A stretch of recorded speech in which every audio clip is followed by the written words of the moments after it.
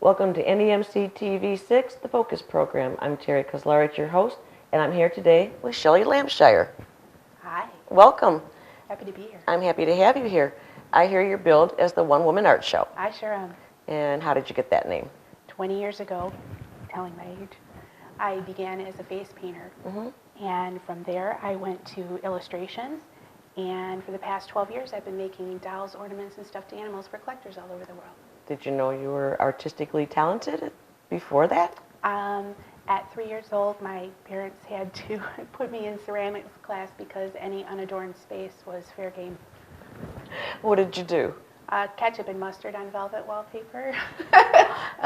Anything I could get a hold of. Finger painting. Anything I could get a hold of. And did your mother appreciate your talent? No. Oh, yeah, they didn't appreciate those moments, but they've been very supportive. So it's my understanding you're originally from out in this area, Port Huron. in Port Huron, and it's like that's how you started, was out here? And where are you located now? West Bluefield. I see. Do you work out of your home? I sure do. Sell online. And you sell online? And what kind of pieces do you do? I make from 3-inch tall pieces to 3 feet tall, and they are, at this point, collector specific. My collectors are really telling me what they want specifically, and I'm making it just for them. Well, you must have had it some way before you got to that point. They must have seen your work. What did you start out with? I started out making a teddy bear. My parents are antique tailors, and I found about a half a yard of mohair in a cedar chest and took it home and made a teddy bear and sold it on eBay for an exorbitant amount and decided I had a career. And your parents were supportive of that? Absolutely. Are your parents artistically inclined? My mother. Your mother is? So you got a lot of inspiration from her?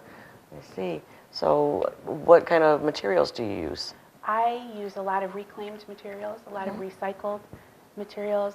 Specifically, I'm very into Michigan wool, hand-dyed from a lot of the local farmers. I teach a lot at spinning stores. This piece right here is made out of vintage saran and has, he's sitting inside a sled that I yard sale. And he's got a vintage pin on.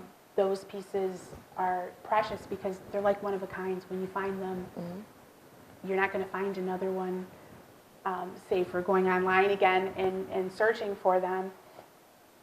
And so I really want to give honor to the vintage pieces and stuff that I find. That's a little bit of the antique dealer in me. So where do you find all your pieces at? I mean, what's your source? I'm addicted to yard selling, estate sales, that kind of thing. Looking more for the older type stuff? Absolutely. Wow. And so you can tell me some of the other pieces that you do? I see some of your smaller pieces here. Can you tell me some of your larger pieces, what you do? I make toddlers that have mask faces that come with birth certificates, and they are, like I said, collector specific. The collectors are ordering them specifically for them, and they are quite large. They're actually slightly taller than an actual toddler size, and all the way from those large ones to the smaller pieces like the ones in the front, the little 3-inch ornaments. I see. And everything in between. Yeah. It's my understanding that you're not just in the United States, that you've got some interest in other countries. I came out in 3 new countries this month, and that Really? makes 8 countries. Yeah, 3 to 5 pages.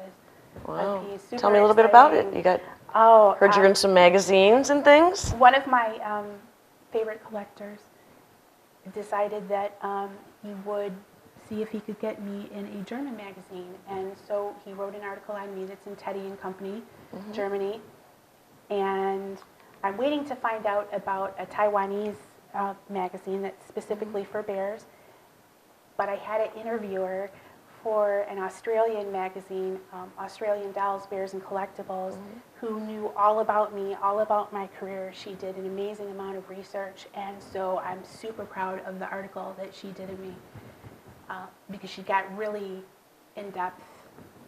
It's just super exciting. I hear you kind of think of yourself as a rogue artist. I am a rogue artist, very much so. Explain how you're a rogue artist. I am a rogue artist because I don't fit the stereotype of the moody artist, the Starving artist? starving artist. I don't fit that at all. I spend 80% of my time marketing just like any other business owner. And because I fired all my reps, I got rid of all my representation and decided it was much better for me to represent myself. And I just kind of do things my way and find my own path. And if it works for me, I try to help other artists so that they don't make the same mistakes and can, not necessarily follow my lead like it's the perfect way to go, but there are beneficial things to the ways that I've taken, and if it saves somebody a little effort, then I'm more than happy to share Kind it of with them. following and your help own them out. heart to Right. follow your own dream? Right. So tell me, why dolls and why animals? Why dolls and animals? My parents were antique dealers, and I remember as a child being absolutely enamored with some of the dolls and bears of antiquity that I had seen, and I thought, wow, they're really cool. I would just like to see them a little updated, and maybe I could do it. So you're not your stereotypical teddy bear making person. No, Yeah. and I get lumped in with them a lot. There's a lot of people that make bears, and I take on strange animals like giraffes, things that would intimidate your average person. I love the challenge. I just really, really, really love it. I don't do bears with bows. No bows? No, Why don't you plain do bears with bows? Because there are too many people that do bears with bows. Bears with bows are everywhere. And so I like to bring some elegance, and I do mainly dressed pieces. So you kind of see art wherever you go? It keeps me up at night. Does I it? wake up in the middle of the night with an idea, yeah.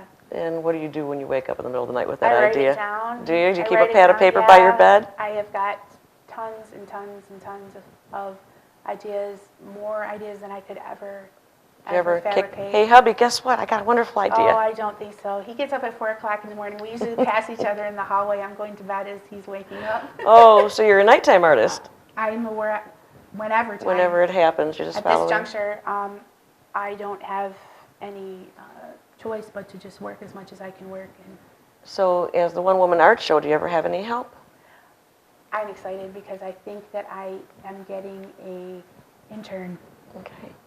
Center for Creative, it's called College for Creative Studies now, is getting me a intern who was the top of her class in fibers and illustration, and she wants to help me badly. And as soon as the first of the year is over, we're going to get started because I've got huge plans and some really exciting things coming up. Yeah, she'll be able to help you maybe get some, Right. spark some new ideas. Right. And so where do you sell your art at? I mean, you said you do some online, but do you have art shows that you... I don't do too many art shows with these for several reasons. One, as a body artist, I usually make more money as a body artist than I would if I set these on the open market, and I don't need little hands touching.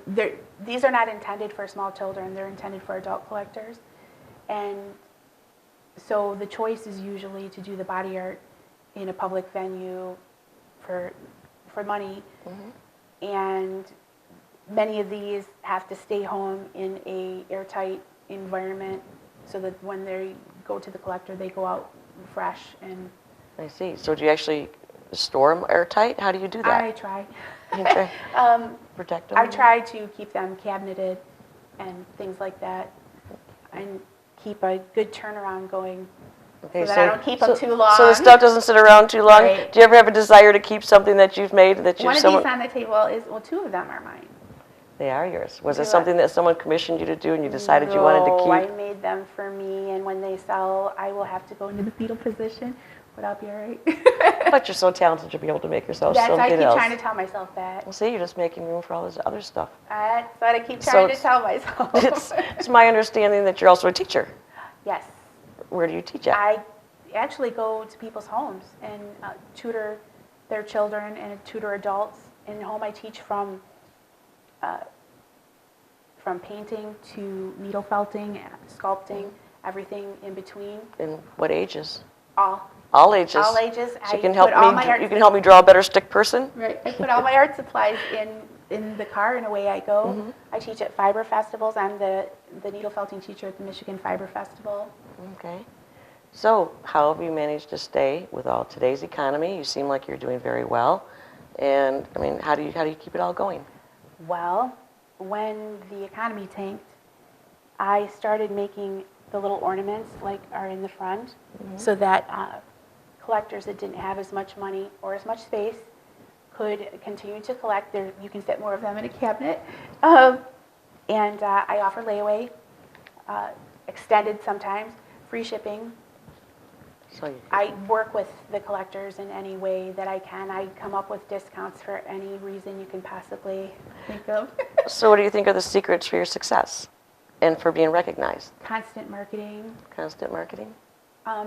Don't, if one door slams in your face, there's going to be another one directly after. It's just like it is with an actor or any other artist or entertainer. It's something you just need to keep pursuing. You just have to keep going. 80% of your time should be spent marketing. So did you actually finish college through all your work, or did you just decide at one point that art was for you? We ran out of money. I was an illustration major and got very, very close to graduating, but you know, the $500 a credit hour back in that day was, you know, quite a bit. It's even more now. I do have my bachelor's, but I wanted to keep going. Having said that, I wouldn't change a thing because I'm right where I wanted to be. What would you tell other artists who maybe find themselves starting out with limited resources or limited encouragement? Buy a laptop. Buy a laptop. Buy a laptop. And Get why a is computer. that? Take good pictures, and you can run a store from your own home. That there are many editors that are looking for people that are talented, and you can get free advertisement in magazine at no cost to you just by submitting to the editors in magazines.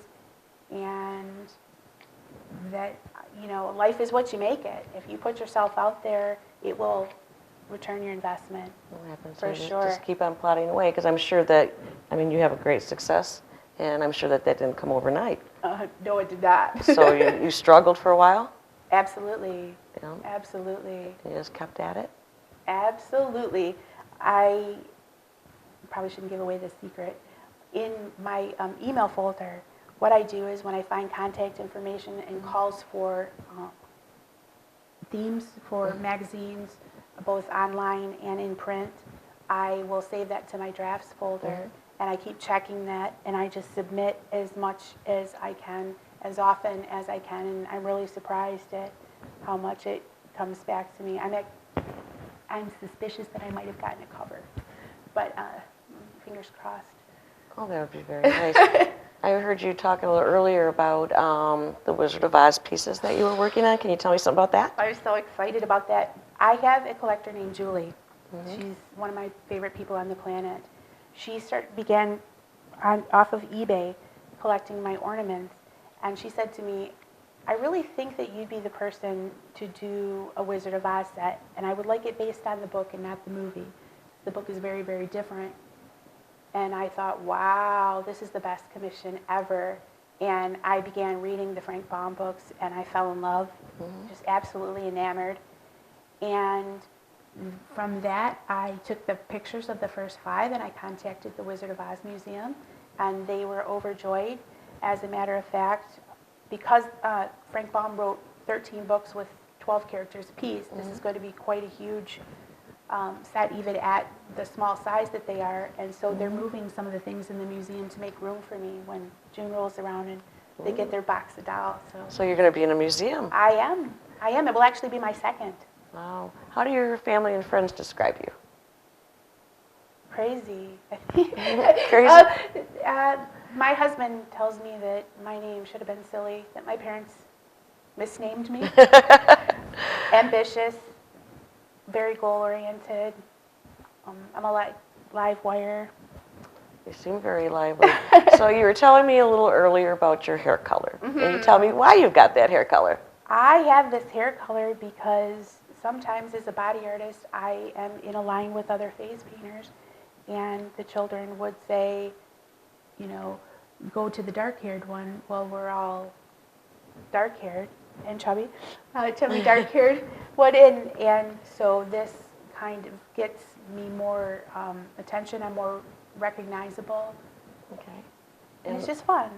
It is I'm fun. all about fun. It is fun. And so what do you do for Halloween? Do you even, we were talking a I little work for earlier. the city of Detroit on Halloween. Do you? And what do you do? Face painting and body art. Face painting and body art? Yep, I'm down at the George W. Patton Center, working with the underprivileged kids, making sure that they have a safe Halloween. That's nice. And so what is LAUGH? LAUGH is a lot of things. It's an acronym, a loose acronym that I use for much of my pieces. Mm-hmm. It stands for Lampshire Flexible Figures, Lampshire Felted Friends, Lampshire Fabulous Face Painting. It goes on and on. It's just a short way for people to recognize me. And I've been told that my work is like a tickle. So I just kind of took that and moved on that, and it all became, why not make it an outright laugh? That sounds nice. So tell me about your giving back project. You were talking about our elephant here. Oh, this is one of the pieces I made for myself. This piece right here is dear to my heart. And don't let me cry on camera. The Bornean pygmy elephant is the very, very endangered. As a matter of fact, there's like only 1 or 2 left.